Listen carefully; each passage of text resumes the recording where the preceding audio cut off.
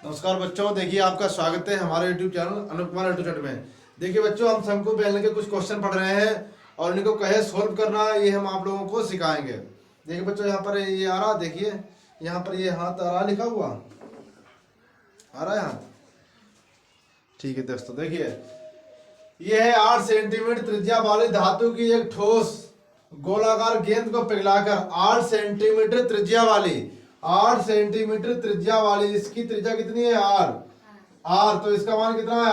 8 centimetre त्रिज्या वाली 8 centimetre त्रिज्या वाली धातु की एक ठोस गोलाकार गेंद को पिघलाकर, धातु की एक ठोस गोलाकार गेंद है, धातु की एक ठोस गोलाकार गेंद है, इस गेंद को पिघलाकर 8 सेंटीमीटर त्रिज्या वाली धातु की एक ठोस गोलाकार गेंद को पिघलाकर 8 समान आकार की छोटी ठोस गेंदें बनाई जाती हैं।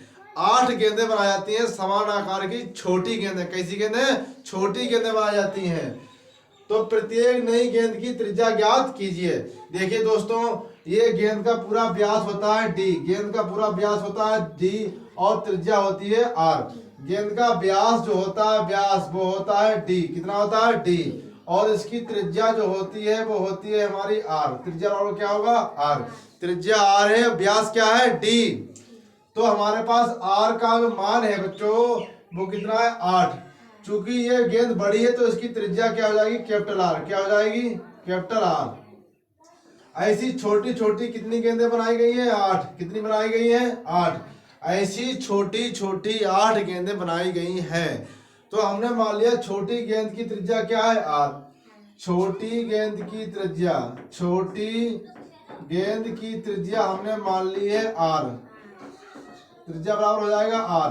देखिए बच्चों, जब कभी पानी भरना हो, जब किसी चीज को पिघला करके दूसरी चीज बनाना हो, जब किसी चीज को पिघलाकर दूसरी चीज बनाना हो, जब पानी भरना हो, जब हवा भरनी हो, ठीक है, तो इसके लिए हम निकालते हैं आयतन। क्या निकालते हैं? आयतन। अब यहां लिखेंगे हम लोग बड़ी गेंद का आयतन, बड़ी गेंद का आयतन, बड़ी गेंद का आयतन बराबर, इसके बराबर होगा 8 छोटी गेंद का आयतन, 8 छोटी गेंदों का आयतन।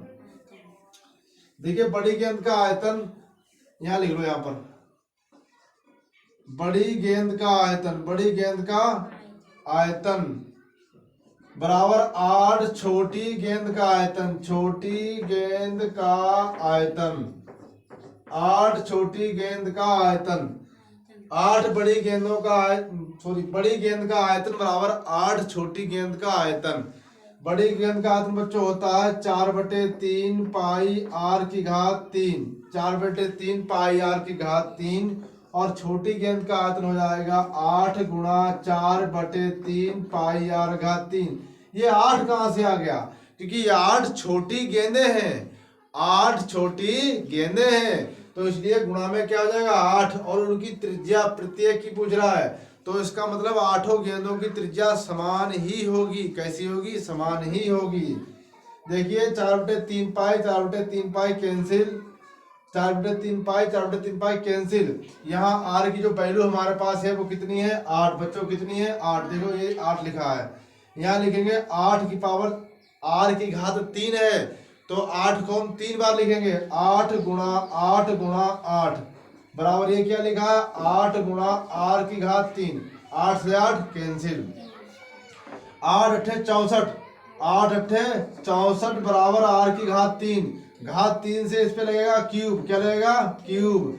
तो बच्चों देखिए 64 जो है वो किसका क्यूब है? 64 किसका क्यूब है? तो 64 को हम लिख सकते हैं 4 गुणा 4 गुणा 4, 4 चौकू 16, 16 चौकू 64 और बराबर हो जाएगा आर। यानी 64 4 का क्यूब है। तो इसका मतलब यही है कि जो नई गेंद बनाई गई है उसकी त्रिज्या कितनी है? 4 सेंटीमीटर। जो भी नई गेंद बनाई गई है उसकी त्रिज्या कितनी है? 4 सेंटीमीटर। ठीक है बच्चों, इसकी त्रिज्या कितनी है? 4 सेंटीमीटर। देखिए 8 सेंटीमीटर त्रिज्या की एक बड़ी गेंद थी, उसको पिघला करके 8 छोटी छोटी गेंदें बनाई गई, 8 छोटी छोटी गेंदें बनाई गई हैं। तो हमने मान लिया उनकी त्रिज्या क्या है? आर। देखिए 8 बनाई जाए या 10 बनाई जाए, बनेगी तो उस आयतन से ही बड़ी गेंद का जो भी आयतन होगा उसी से ये गेंदें बनाई जाएंगी, इतना ध्यान रखना। ठीक है बच्चों, जब कभी गड्ढा खोद के मिट्टी निकाली जाए तब भी क्या निकालना है, आयतन। पानी भरा जाए, किसी वस्तु को पिघलाया जाए, किसी वस्तु मिट्टी भरी जाए और नई वस्तु का निर्माण हो तो निकलेगा आयतन। ठीक है बच्चों, अगला क्वेश्चन देखिए। अब इसको हम मिटा रहे हैं, वीडियो लॉक करके इसको नोट कर लेना। अगला क्वेश्चन है ये, घन का आयतन 1331 सेंटीमीटर घात 3 है। एक घन का आयतन 1331 सेंटीमीटर घात 3 है। इसका संपूर्ण पृष्ठ ज्ञात कीजिए। इसका संपूर्ण पृष्ठ ज्ञात कीजिए। किसका? घन का। इस घन का संपूर्ण पृष्ठ में ज्ञात करना है। तो देखिए बहुत ही आसान है। अब हमने अभी आपसे क्या कहा, जब भी घन मतलब कुछ भी निकाला तो क्या निकालते हैं, आयतन, मतलब पिघलाना हो। अब देखिए बच्चों, ये क्वेश्चन हमारा दूसरा है। क्वेश्चन हमारा क्या है, दूसरा, ये वाला। एक घन का आयतन 1331 है। आयतन दिया कितना है घन का? आयतन दिया है 1331 सेंटीमीटर घात 3 और इसका संपूर्ण पृष्ठ निकालना। सबसे पहले हम घन की भुजा निकालेंगे। तो घन का आयतन बराबर घन का आयतन बराबर भुजा की घात 3, भुजा की घात 3। घन का आयतन दिया कितना है, 1331 बराबर भुजा की घात 3 और ये घात 3 हटाएंगे तो यहाँ लगा देंगे क्यूब। क्या लगा देंगे, क्यूब। ये 1331 बराबर भुजा। अब 1331 किसका क्यूब है? चलो हमें तो मालूम है, लेकिन आप लोग कैसे निकालेंगे? तो 1331 को हम लोग पहले 11 से काटेंगे। 11 एकम 11, कितना बचेगा? 2, 11 दूनी 22, कितना बचेगा? 1, 11 एकम 11। मतलब 1331 को जब आप 11 से भाग देंगे तो आपके पास आएगा 121। ऐसे 11 से भाग देंगे 1331 के लिए। ठीक है बच्चों, तो कितना आएगा, 121। 121 को हम 11 से भाग देंगे तो 11 एकम 11, यहाँ है 12 तो 1 बचा, 11 एकम 11। अब 11 से भाग देंगे कितना आएगा, 1। 1331 लिखा है, वहां पर हम लोग क्या लिखेंगे, 11 गुणा 11 गुणा 11 बराबर क्या आ जाएगा, भुजा। तो भुजा हमारे पास कितनी आ जाएगी, 11 आ जाएगी। कितनी आ जाएगी? क्योंकि ये 11 का पेड़ बन रहा है ना, 3 बार बन रहा है, तो भुजा कितनी आ जाएगी, 11। इसको ऐसे भी लिख सकते हैं आप, ये मत सोचना कि आपने सब भुजा लिख दिया। 11 बराबर हो जाएगा भुजा। 11 बराबर क्या हो जाएगा, भुजा। अब देखिए बच्चों, निकालना क्या है हमें? अब निकालना है इसका संपूर्ण पृष्ठ। क्या निकालना बच्चों, संपूर्ण पृष्ठ निकालना है। ये तो हमने केवल भुजा निकाल पाई। क्या निकाल पाई, भुजा। अब इसका संपूर्ण पृष्ठ कैसे निकालेंगे? देखिए बच्चों, ये तो हमने भुजा निकाली है, तो यहाँ क्या लिखेंगे, घन का संपूर्ण पृष्ठ। संपूर्ण पृष्ठ ये होता है 6 भुजा की घात 2। 6 भुजा की घात 2। 6 गुणा भुजा है कितनी, 11, तो 11 गुणा 11, 6 गुणा 11, 11 हो जाता है 121।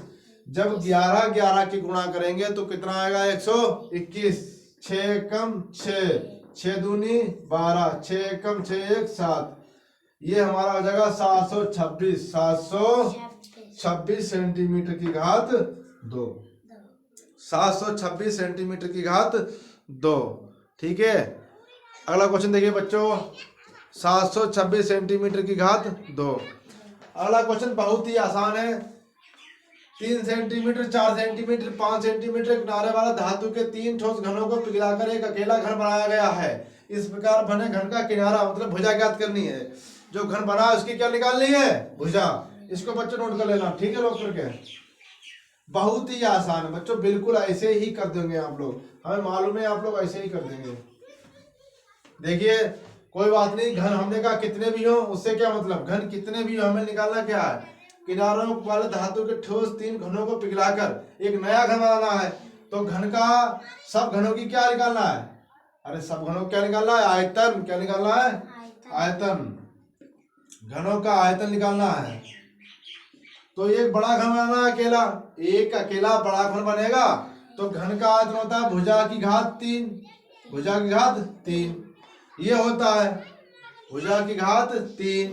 देखिए पहली भुजा क्या है, अब घन नंबर 1, पहला घन है भुजा की घात 3 प्लस के भुजा की घात 3 प्लस के भुजा की घात 3।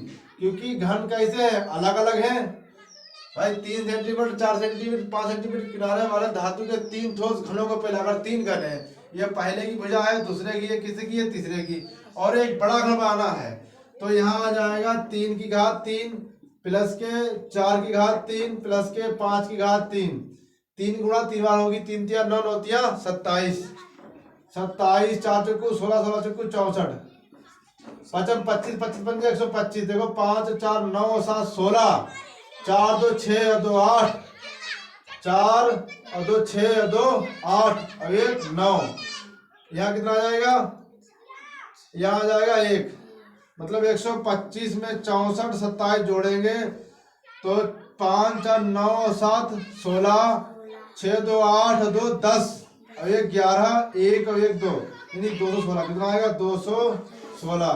अब ये किसका मान है, 216 किसका मान है बच्चों, तो ये हो जाएगा 6 का मान, 6 छंग 36, 36 छंगा 216। ठीक है बच्चों, नोट कर लेना इसको, बहुत ही इजी क्वेश्चन है ये।